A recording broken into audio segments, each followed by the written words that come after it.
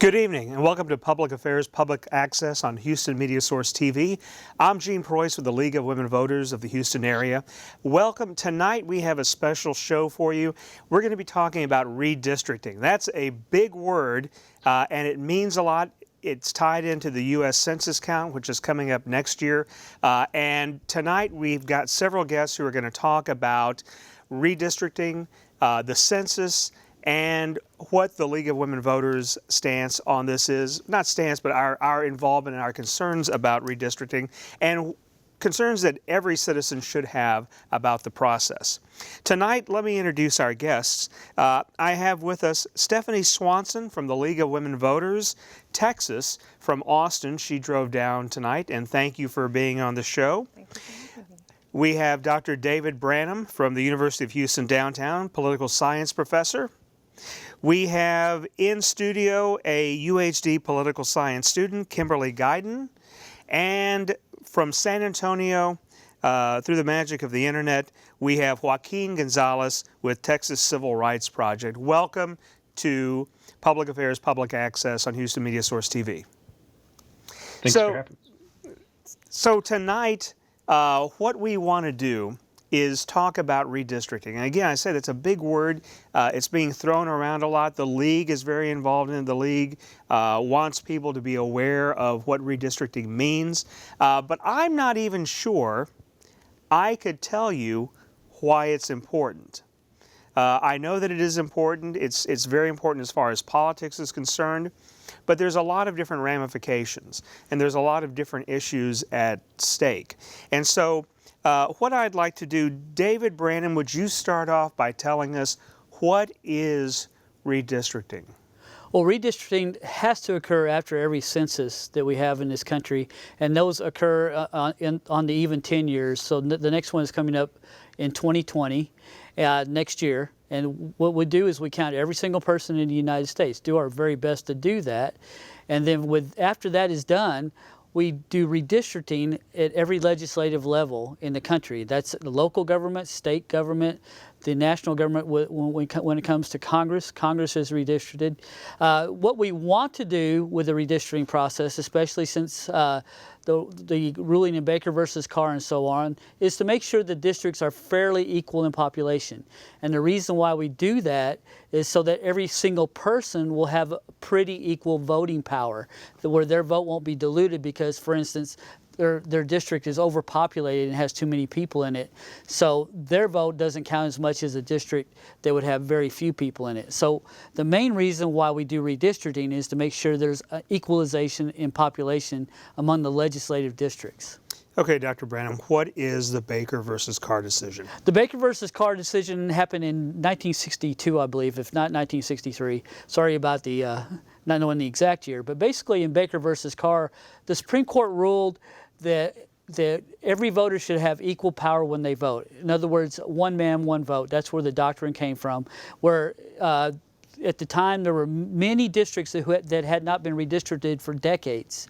For instance, Cook County in Chicago, that congressional district had nearly 1 million people in it at the time, while the rest of the districts in the Illinois suburbs and rural areas only had about 100,000 in them. So the people in the rural and suburban areas had a lot more power when they voted.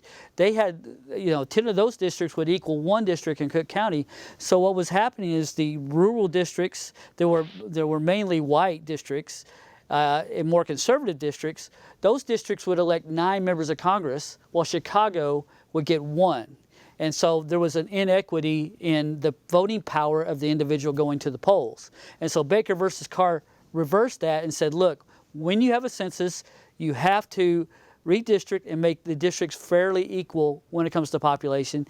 And the ruling 2 years later in Reynolds versus Sims was that congressional districts had to be perfectly equal when they were redistricted. So that's where those rulings come from. Now, we've heard on TV in recent elections this same problem, right? Is that in some areas, as the population has shifted, as people have moved into some areas, moved out of other areas, that some of the rural areas, even today, some of the smaller, some of the states out in the West may actually have more political voice than some states with bigger populations. That's true. The population evolves over years, and after every census, you'll see a shift in population.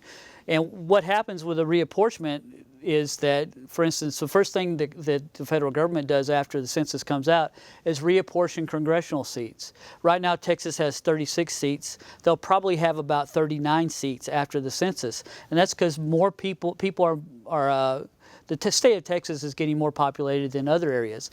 Rural areas tend to lose population as time goes by, while urban areas tend to increase.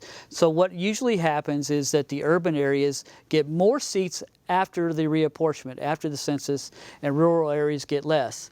And so when you get to the end of a census cycle like we have now, districts that have been in place for nearly a decade, there's a lot of cases where those districts, some of those districts, have a lot of voting power, and they will lose that after the census is taken. Thank you. Stephanie Swanson, all that sounds good, and it sounds like we should be very happy and eager to see redistricting come about after the census. What are some of the concerns that the League of Women Voters has? The concerns that we have deal with something called gerrymandering. And gerrymandering is the ability to draw district lines to favor one party or group of people over another. So you have two types of gerrymandering. You have partisan gerrymandering, which the Supreme Court has recently upheld in the Russo versus North Carolina case that was ruled on over the summer.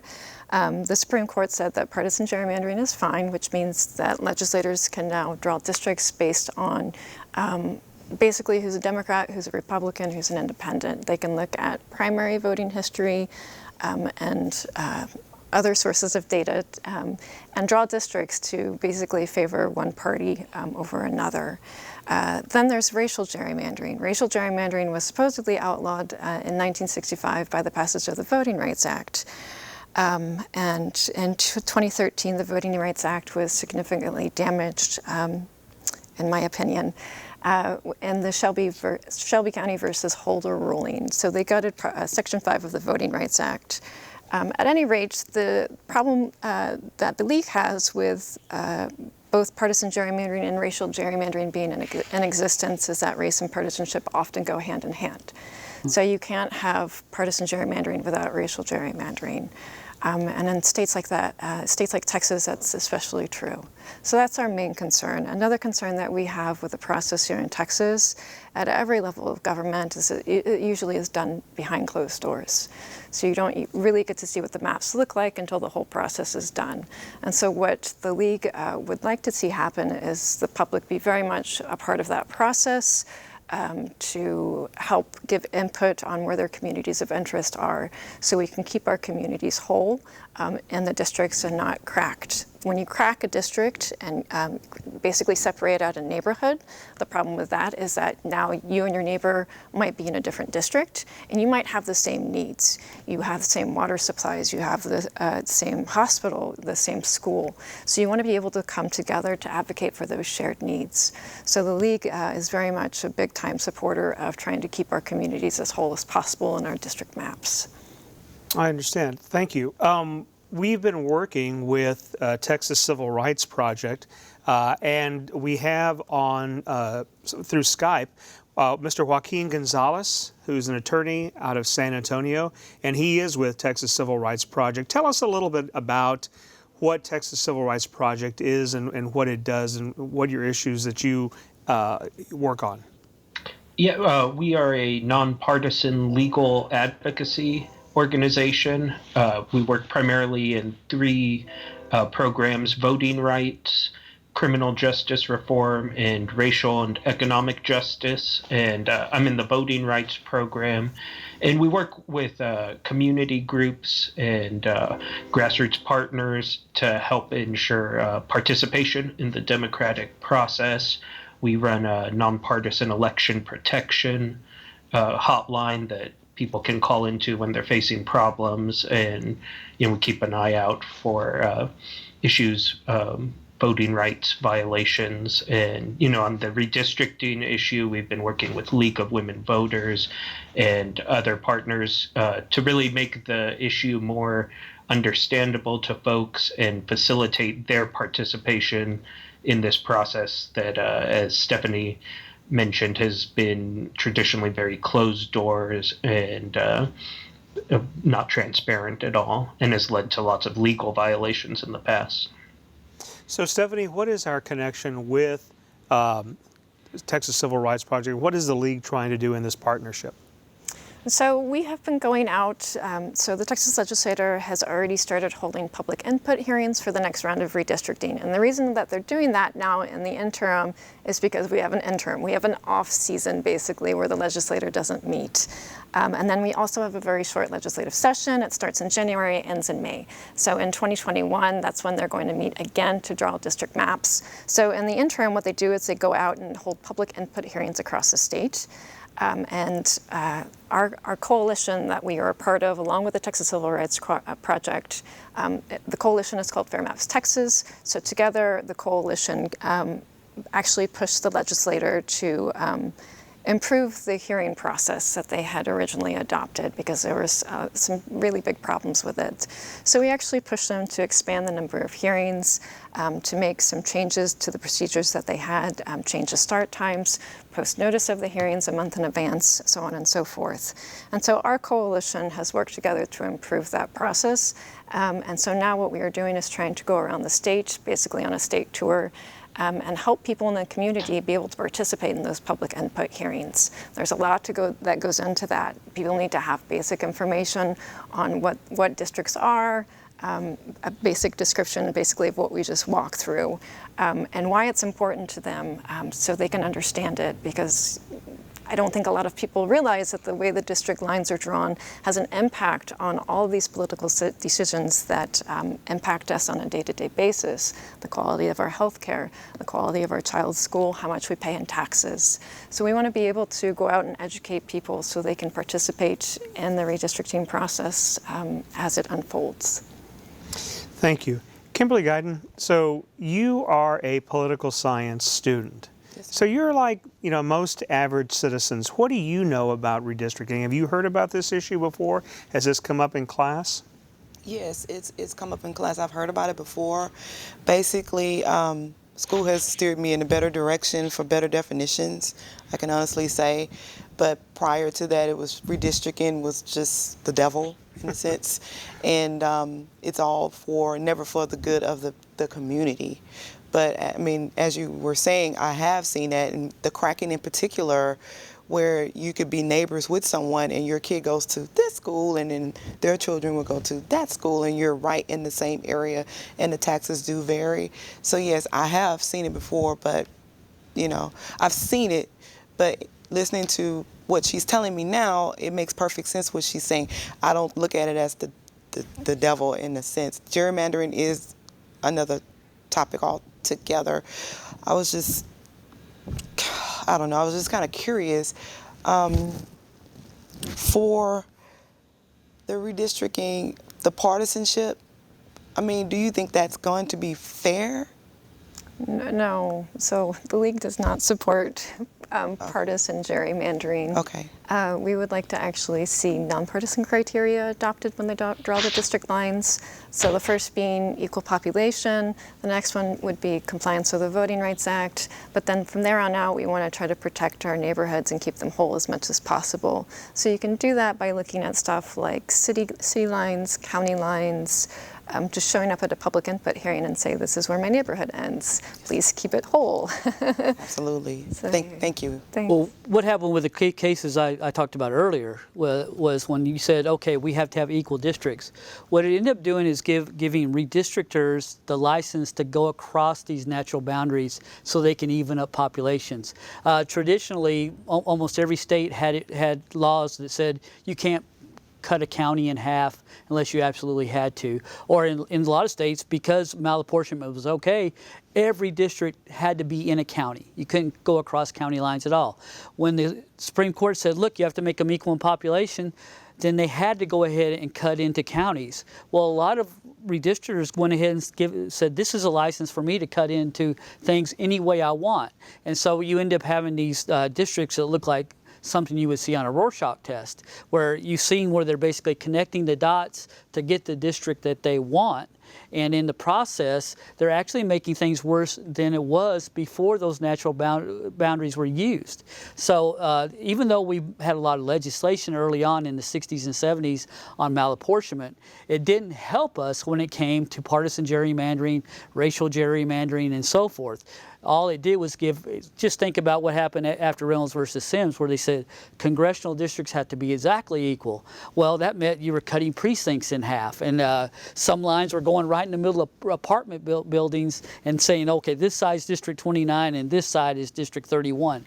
And this type of gerrymandering and basically slashing of natural boundaries has actually made the redistricting process more controversial and more unfair than it was before those cases. Well, that's kind of what you were saying, Yes, sir. right? Is that some people living across the street or next door to each other are in different districts. Yes, sir. Mr. Gonzalez, so in San Antonio, you see this a lot. Lloyd Doggett's district, for example, who's a representative, and his district, I mean, almost is textbook gerrymandered, but so are others, right? So you have the representative Will Hurd, who's retiring. His district stretched from San Antonio or west of San Antonio all the way to El Paso, several hundred miles. And how is that good? It's not good because it makes it harder for the individuals, in Bexar County, for instance, to have a unified voice and talk about the issues that are important to them. And it is, just because of the geography of Texas, sort of unavoidable that there's going to be certain rural districts that do extend a long way. But I think the problem comes in when you're seeing areas like Bexar County or, Representative Doggett's district in Travis County.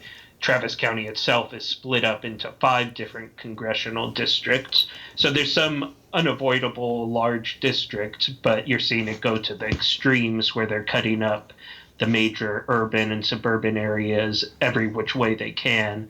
And that serves to crack apart those voters' voices and just distort overall the representation in Congress and state legislature. So we've been doing with the League of Women Voters here in the Houston area for the past several weeks, and we still have another few shows coming up, what we call Conversations with the Candidates. And so we have been asking candidates to come in. And there's a lot of candidates right now in Houston, right, who are running just in Houston proper. We've got HISD, the school board trustees. We have Houston Community College trustees running. We have 16 city council positions. 5 of them are at large. And then we have a mayor and a controller election. So something I think early on, right as it was about to close, they said there's 137 positions that are open. And then we have a special election for Texas House District 148 as Jessica Farrar retired. So we've been inviting them in. We've been interviewing them and getting their input on positions.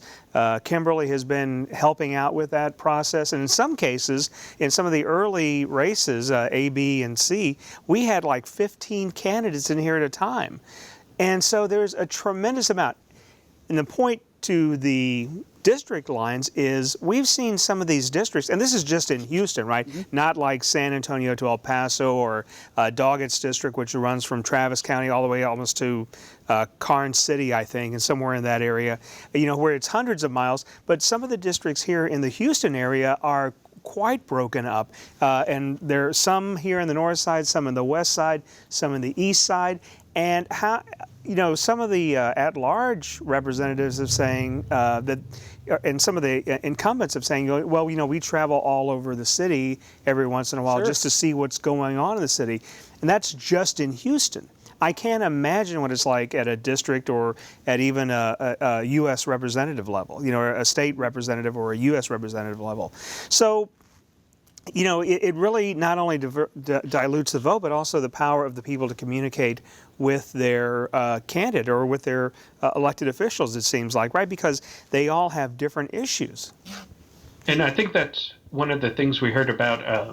They had one of these public field hearings in Austin already, and there were a lot of individuals there that were testifying about how their representatives, some of the districts stretch out all the way to Fort Bend County, another one all the way up to Tarrant, then there's Lloyd Doggett's district.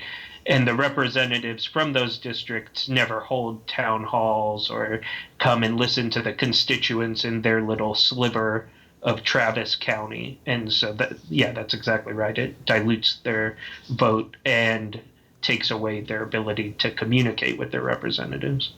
Yeah, even the inner city district, like District 2, Dan Crenshaw's district that he currently represents, so was represented by Ted Poe, it's a completely inside the city of Houston. And he told me it takes him 2 hours to drive from one end of that district to another.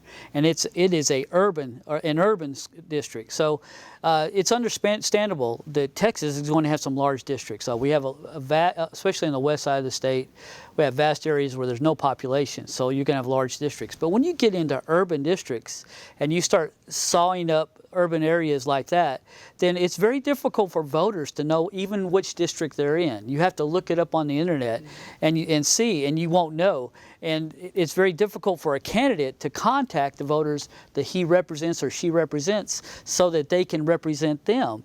So it would be better if we were better able to make districts more compact, make it less of a priority that our partisan or racial gerrymandering is at the top of our list on what we want to do. That would be better for sure. Now, we say all that, but we know, right? We know there are districts that have been cut up along racial and party lines, right? To keep because the incumbent has something to do with this. Yeah. I'm not trying to blame them, but it's not just on incumbents. I mean, we've had federal cases that said, okay, you don't have enough minorities in this district, or you have too many minorities in this district. So the minority vote is looked at, or the minority population is looked at very closely in the redistricting process. Everybody looks at it. So the Democrats look at it, the Republicans look at it. The Democrats want it one way, the Republicans want it another way. Racial and ethnic groups are different in their voting patterns. So if you want to make an African American district where the African American population can select the candidate of their choice, you don't have to put 80% African American citizens in that district to have that kind of a district. You can have less of a percentage, and because Republicans love those districts. You pack all the Democrats into one district, and that allows them to have a whole lot of other districts on the outside that are 60-40 Republican. At the same time, the Democrats understand that dispersion is better for them. So everybody has a political agenda, and what ends up happening is the people with the power of the pen, people with the power of the computer, where they're punching in these districts and they're selecting the precincts. And I mean, I've seen it done firsthand. The people with that power are the ones who get what they want, and they sway elections. They decide who gets elected. The voters don't decide. They decide, because they know how the voters are going to trend in a district, and they can make a district where a Republican can get elected. They can make a district where a Democrat can get elected. And what it does is it takes the vote out of the hands of the voters and puts it into the legislators who are drawing the districts. And it seems like now, and one of the reasons why I wanted to have you on the show is because you've actually participated in some of this redistricting here in Houston, right? Yes. And so you have firsthand experience how this is done, and you've seen it being done, and I know you've testified when they've been challenged. So you are bringing some insider information to this, and so I appreciate where you're speaking. But it sounds to me like what you're saying, and maybe not maybe not in particular, but in general at least, this is what some of the things that Ms. Swanson and that Mr. Gonzalez were talking about, is that a lot of this seems like it is almost quid pro quo. And, I may be a Republican and I may be a Democrat, but, okay, our team wants this area, your team can have that area. And it is kind of sounds like, smoke-filled rooms and, whiskey and cigars are more witnesses to this than the general public. Well, the rooms haven't been filled with smoke when I've been in them, or whiskey. But yes, that's exactly what happens. If you represent a district, you know what you want in your district. So if you're in the district and you want to solidify your election chances, and you're in a 50-50 district and you're a Democrat, you're going to look for Democratic boxes to add to your district, and you're going to look for the Republican boxes in your district and kind of sweep them over into somebody else's if you can. And if you have a Republican right next to you, they're going to be sitting right here, or they're going to say, look, you know, why don't you go ahead and take these boxes from me? And what happens is, you're right, quid pro quo negotiation. That's exactly what happens. And so this happens, and it's legal. As Ms. Swanson was talking about, it's legal to have a partisan gerrymandering, and it's also legal to because the Supreme Court has ruled that it's okay. Yes, and they've ruled that it's okay. I wish they would rule no. I mean, I wish that you couldn't have partisan gerrymandering. The issue, though, would be what would be actually a fair district, and that would be very, very difficult to come up with it. Okay, Ms. Swanson, how do you get a fair district? What is fair? So this goes back to the League's position on redistricting. We're very supportive of something called the Independent Citizens Redistricting Commission. So you basically take the power of drawing district lines away from the legislator and give it to a commission that consists of citizens. And that commission, there's a very extensive selection process for the commissioners, but then also you have a balance of partisanship. So usually 5 Democrats, 5 Republicans, 5 independents, something like that. That's not the important part, though. The important part, though, is that they then go on to use nonpartisan criteria to draw the districts, but more importantly, they hold public hearings across the state to get input from the community on where their communities of interest are. So they go out, hold public hearings across the state. People show up and say, this is where I work, this is where I go to school, I send my child to school, and this is why I need to be kept whole or together. And so that is what the League thinks is a fair process, something where the citizens really are involved and have a true say in the process. Yeah, I definitely agree. So, but my question then for Mr. Gonzalez is, in this fair or a fairer process, might not minorities be disadvantaged because they are minorities? I think in all of these commissions, the Voting Rights Act is still, even though it's been weakened judicially, is still in place. And I think there's, by the public, a pretty good understanding that minorities have historically been disenfranchised, and the good versions of these sort of commissions start with the goal to draw districts that will help protect the ability of minorities to elect candidates of their choice as required by federal law as well. I'm very skeptical that you could make a commission that was fair. I just think it's next to impossible. I've had public hearings where I was up front, I was presenting districts and so forth, and I've had things thrown at me because people didn't like the district that they have. Now, there are states like Iowa who say, oh, we have a commission system, it works very well. Well, I'm sorry, but Iowa isn't a very diverse state. I mean, Iowa is not Texas. So when you get down to a real diverse state like Texas, with a 15-member commission, you're not going to be able to represent everybody who needs to be represented. And you're not going to have an equally or an unpartisan commission. Every single person is going to be highly scrutinized. Every person on the commission will have to live a life in the public for a long time, and they'll have to be a little bit leery because this will be a battle. Most people don't think about redistricting. The people who are politically adept, people who are very strong in their political beliefs, they follow it very closely, and they are very adamant about it. And so I love what Ms. Swanson's talking about having fairness in the redistricting process. I'm just very skeptical that it would be that easy to do. I think it would be almost impossible to have a very fair commission. So I would like to follow up on that, actually. Yeah. So in Austin, we have one of the first independent citizens redistricting commissions in the entire nation. We enacted it in 2012. We drew our minority-majority districts first. And we have 2 minority, majority, and 2 opportunity districts on the east side of town. Those districts are still holding strong today. We never had a lawsuit. Everyone that participated in that process came out very happy at the end. And like I said, those districts that were drawn first, to be compliance. So with it's been DRE. done before. It This isn't the has. first time. Oh, yes, Okay. no, so it has So you're been building done. upon that success, and you're trying to reproduce that. Because, I mean, to be honest, so we were talking before the show started, and I asked Kimberly, a college student, I said, what do you know about redistricting and stuff? Is that something that comes up? And we think, oh, well, gerrymandering is bad, right? And we all say that. As a history professor, we talk about, but gerrymandering has been around for a long, long time, right? Eldridge Gerry or Elbridge Gerry, the person it's named after, and everybody made fun of the way his district was drawn because it looked like a salamander. So they took Gerry and salamander and kind of mashed it together and made this word.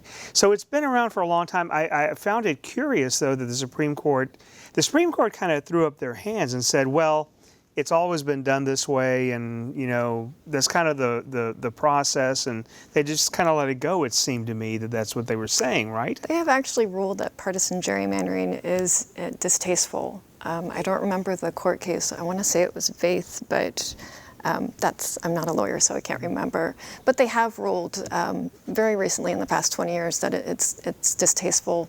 But they wanted a measure. They wanted to say, they wanted to know what was a fair district and how much partisan gerrymandering was too much. And so for the past 2 cycles for the Supreme Court, that's why we had these partisan gerrymandering cases that came up. And there were mathematicians that came up with different algorithms, I guess you could say, and measurements to figure out how much partisan gerrymandering is too much. And the Supreme Court, that's what they ruled was, we don't know if we understand this. This is too much of a political question. We want to stay out of it. And also, to be clear, so the Supreme Court, the U.S. Supreme Court recently said that they are staying out of this partisan gerrymandering issue, but various state Supreme Courts have held that under their own state constitutions, there's principles that limit partisan gerrymandering, and that's not an issue that's ever been tested in Texas. But there's not necessarily a complete green light for partisan gerrymandering everywhere in the country. So Mr. Gonzalez, let me ask you the same question I asked Dr. Branham here. Can you really have fair districting, and what would it look like in a state as we're talking about? I brought up Iowa, which is, and this is probably an exaggeration. We tend to think of it being more homogenous. It probably isn't, but we tend to think of it. No. Right. We tend to, but we say that, right? We say some of these states are more homogenous. But in a state as diverse as Texas, what would equitable districting look like? I don't know that you can really define it, and people are going to definitely have different opinions about that, which is, I think, why we're focused on facilitating participation in the process to avoid some, I think it's easy to say, like, look at the Travis County Congressional District or something like Lloyd Doggett's district and say there's something wrong with that. And everybody sort of has an intuitive and a logical sense that there is something wrong with that. And we think that the more people are listened to, you'll avoid extreme situations like that. Probably nobody's going to be perfectly happy with every outcome. But if you're starting the process, completely closed doors with just politicians having free reign to do whatever they want with no input, you're certainly not going to get a good outcome. So I think it's about improving that and listening to people. So the process then is not about the perfect; it's the good, right? And it's in the league's effort is to say that we need to have less of the closed door, Correct. More of the open discussion to at least feed into that and be a part of it. And it sounds like that really hasn't been a part of it before. No, it's true. I think more transparency would be good in this, and a lot of it's behind closed doors, like Ms. Swanson said.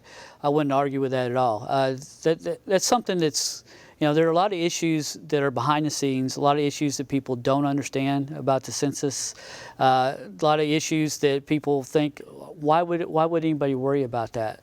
For instance, undocumented voters. Why is it important that undocumented voters are counted or not counted in the census? So that's an issue that's very big, and people don't really understand it. So even in public forums, it's going to be difficult for citizens to understand, but it's better, and they will have a better understanding if they do see it. Okay, so Kimberly, I'm going to ask you, as a reasonably well-educated citizen, right? You're a student. Yes, sir. And so you are taking some classes and have studied this in class, but tell me why the census is important. It's important basically for money to be distributed throughout the areas. That's what I think anyway. That's what it kind of boils down to. You know, the way I understood it was the more people, the more the need, the more money you can get. That's what I understood it to be. Well, you know, and I got to be honest with you. When I was probably a college student, and I know in high school, it's like, you know, people. The only thing I knew about the census is people didn't want to do it. You know, how do I avoid the census? Yeah. But why is the census important? So you need to be able to accurately size your population if you want to effectively govern your state. You need to know where your population has grown, where it has changed. There's a lot of reasons for that. You want to know where you can send resources. So our tax money that we pay to the federal government comes back to the state in the form of federal services. And those federal services are then allocated based on population to certain population centers, so on and so forth. Another reason is for equal districts. So we have equal representation across the board.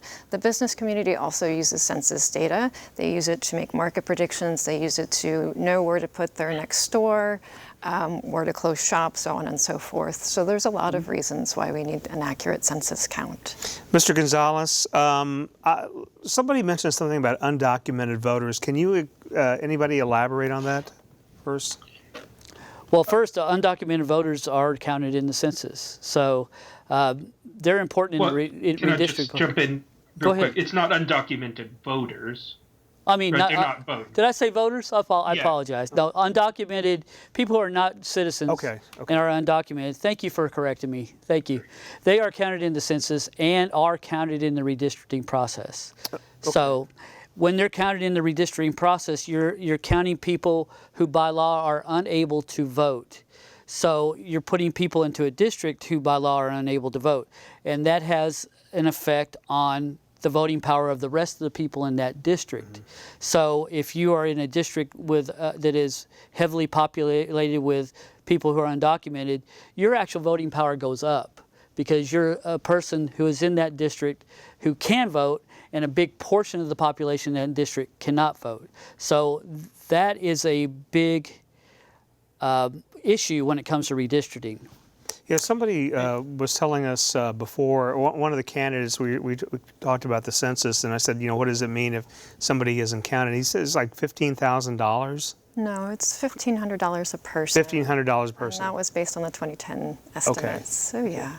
Mr. Gonzalez. I think on this issue of immigrants, non-citizens being counted, even though they can't vote, they're just like young people, like kids. They're still part of the community, and you have to divvy up resources based on the needs of those communities. So just like children are reliant on their parents to sort of vote for their interests, their best interest in terms of public education and that sort of thing. It's the same sort of idea that the whole community needs to be counted. And also, I just want to add sort of a concrete example on why the census is important for redistricting purposes. So the last time around in 2011, for instance, Harris County, the state house districts are sort of apportioned among the counties based on the county population size. And so last time, Harris County was right in between getting 24 state representative districts or 25 state representative districts as it had previously had.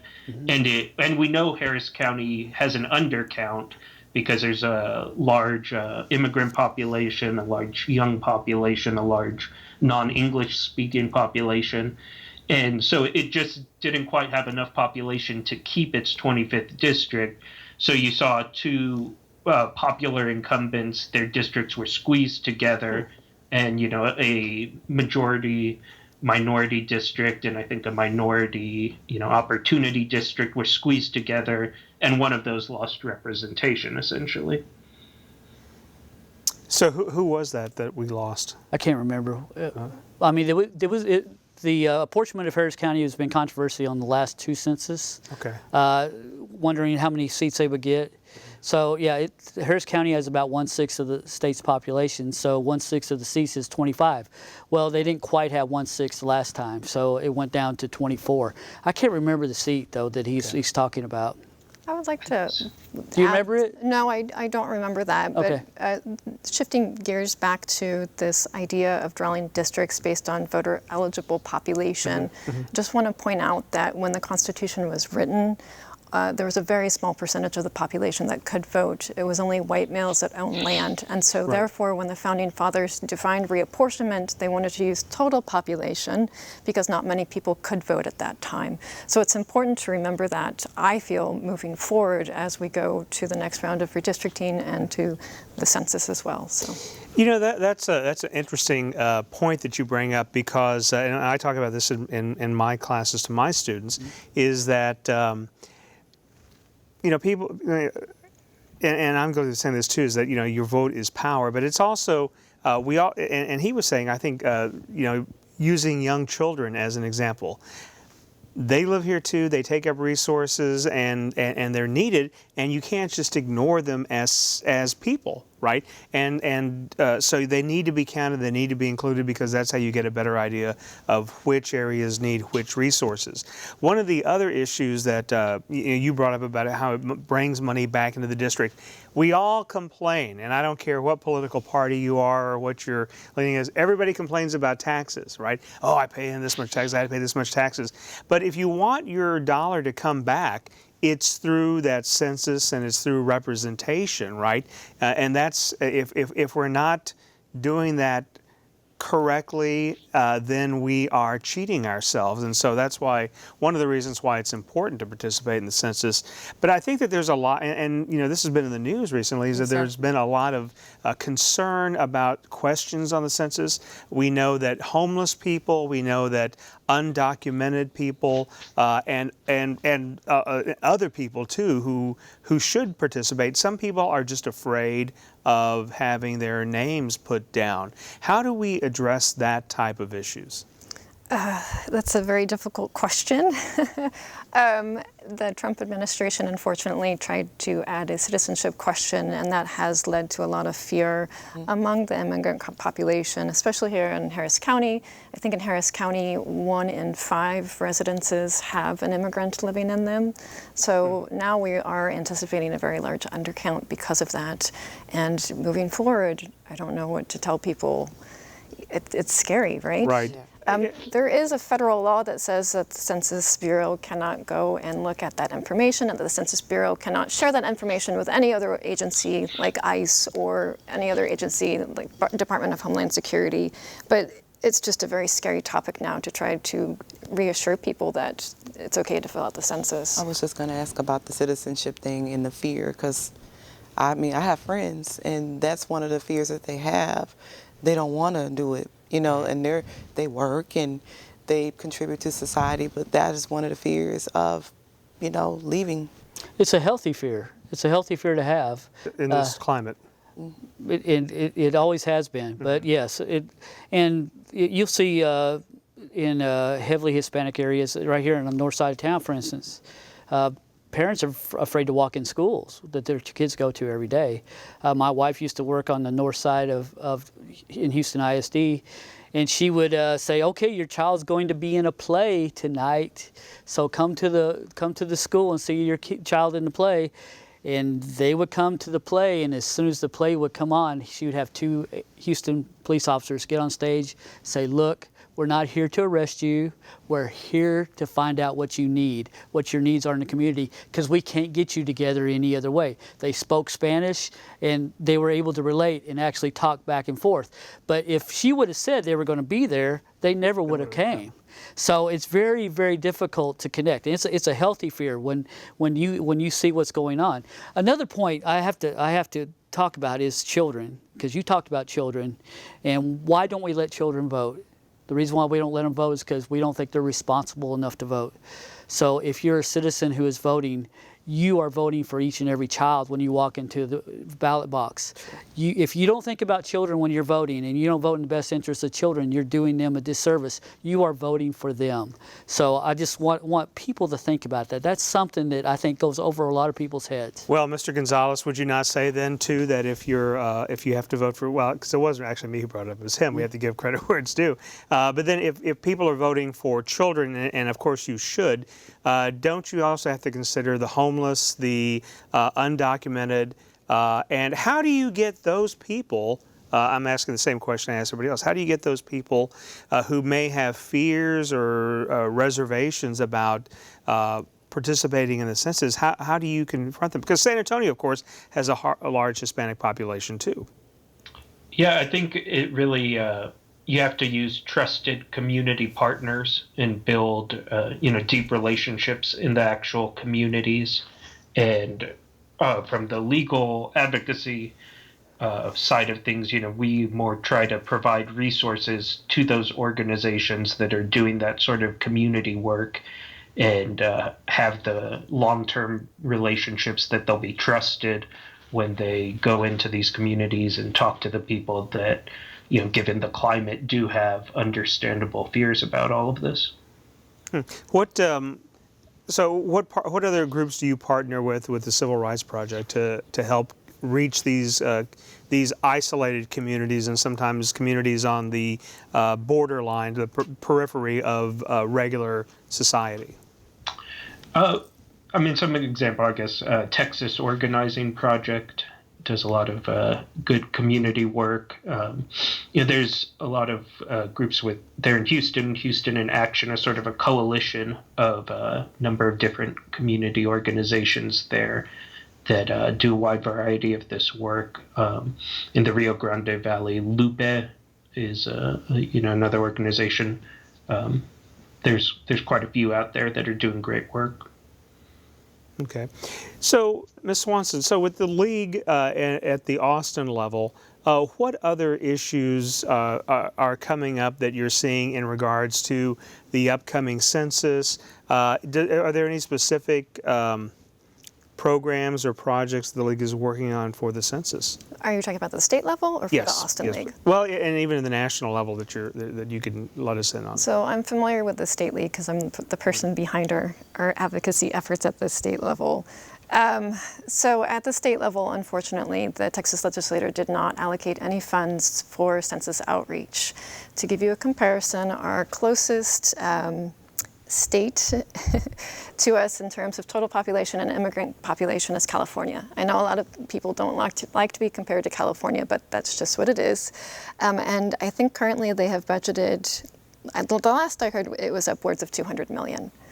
So considering the size of our immigrant population here in Texas, it's very troubling that the state did not allocate any funds whatsoever.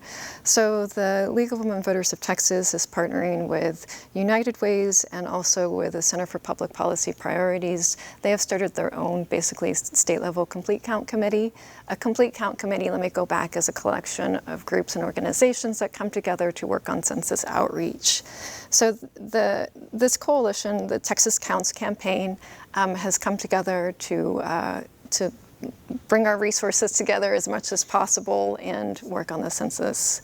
So the League recently helped the food bank, the network of food banks across the state, file a grant for census outreach funds so we could then use the food bank network to distribute advertising materials about the census and information. We also will be handing out just basic handouts and flyers at our voter registration tables. And also we've plugged into the complete count committees at the city level to find out where we can also support their needs as well. So the League is really doing a lot of networking and trying to build some coalitions to really address these issues. Correct. That's very important. So as a student, Yes, sir. As a student, what do you think about all this? What are some of the questions that you have for us in the few minutes we have left? I mean, just listening to the different bodies of work that's helping the immigrants to come out, I was just wondering, has it been successful? Because truth be told, Texas is not, it's predominantly Hispanic as far as the races are concerned, over white and black and Asian. And so that could make a difference. If they're not coming out to vote, it's a problem. Or be counted. And to be counted, exactly. So, and there's no money set aside for those types of programs that would really, really help. I think it could flip Texas blue, in all honesty, if they had money to set aside. So my question is, the programs that you have set up, do you think, are they working? Is it helping? Do you see a difference? Do you see less fears or anything like that? So remember that the Census Bureau is going to be the #1 person responsible for that count at the end of the day. And so they're going to try to contact everyone in 4 different ways. This is the first time the census is going to be available online to fill out. So that's always a good thing to start any conversation with, is you can fill this out from the comfort of your home. So that's always a good reminder to throw out. If they can't, if you don't fill out that form, I think by the end of April, then what they will do is they will send you one in the mail, the questionnaire to fill out. And then also, if those 2 methods fail, they're then going to move on to contacting you by phone.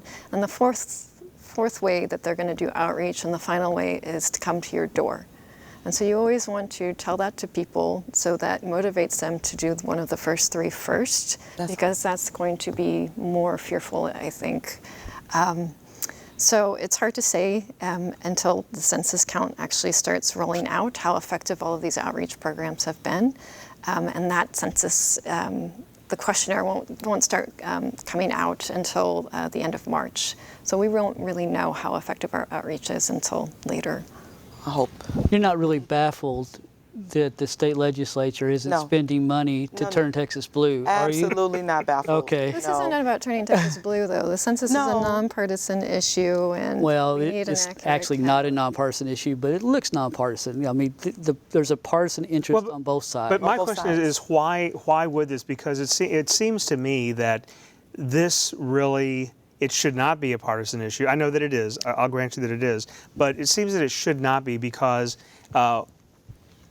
this really hurts both parties, depending on where you are, right? Well, she was talking about California. I understand why California spends a lot of money on outreach, because it's in the best interest of Democrats in California to do that. It's big. In Texas, it's less partisan in nature on whether or not to do it. You can count everyone, but in the redistricting process, people who are immigrants and undocumented, they're not going to be part of the voting. So unless there's racial gerrymandering going on, right, where we can split the undocumented voters among all the districts, then this is not going to be an issue.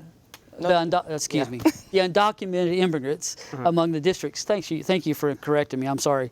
If we could split them evenly, then that would be a nonpartisan issue. I don't think anyone would be arguing about this. What the fear is by the Republicans is that the undocumented voters are going to go into Democratic districts, and it'll give a small amount of Democrats more voting power than the Republicans in the other districts. So I wanted to go to Mr. Gonzalez. Tell us, where can people find more information about the Texas Civil Rights Project? TexasCivilRightsProject.org. And we also have there a web page that you can go to that has specific resources on redistricting and these field hearings. Okay. And Ms. Swanson, so tell us, I often talk about, probably until people are tired of hearing me, talk about lwvhouston.org to find out more about what we're doing at the local League of Women Voters. So where can they go for the Texas League of Voters to see what you're doing on a statewide issue? The Texas League has a difficult website for me to remember. It's not something easy, so I'd recommend Googling the League of Women Voters of Texas. Okay. But we have, I think, about 20 different issues that we follow. So we have a wealth of information on there about those issues, especially on voting rights and elections those as well. We also have our nonpartisan voting guide that we put out every election. So please, and that one's easy. That one's vote411.org for more information about your candidates. So I can fill you in on that one. So yeah. Okay. David's looking it up right now on his cell phone. I'm trying to. And also there's fairmapstexas.org, which is a coalition that the League and TCRP and other organizations are part of. Okay. All right. Thank you very much. Ms. Swanson, any last questions? You've got a minute left. I'm sorry, Miss. I'm sorry, Kimberly. Any last questions? No, sir. Okay. I'm looking at one person thinking the other. I had a lot of energy drinks today, so you have to forgive me. David Branham from University of Houston downtown, thank you so much for appearing and giving us your insight and input and thoughts on this. Stephanie Swanson with the League of Women Voters of Texas, thank you so much for coming down to Houston tonight and for appearing on the show and helping us learn more about the process and about this.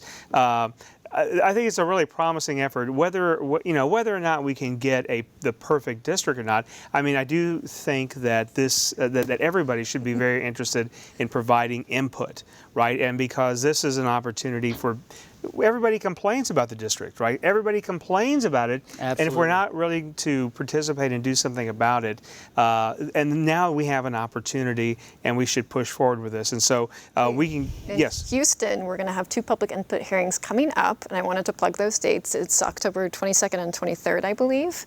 Okay. There's going to be one on the north side of Houston, and then the second one is going to be at Texas Southern University. Is something coming up on the 12th?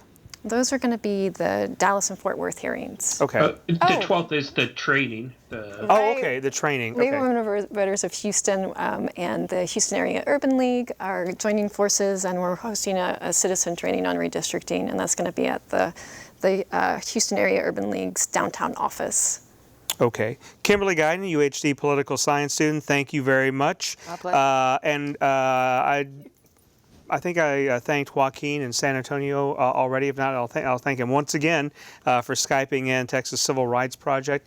And you, the viewer, I want to thank you for joining us. I think this is a very important discussion, and I appreciate you all coming down and participating in this, both the census and the redistricting. I mean, these are things that we oftentimes just ignore, but you've really helped us understand how important these issues are, and it's just not something we should just ignore, but we can get involved and we can participate, and it can help us be better voters and be better citizens.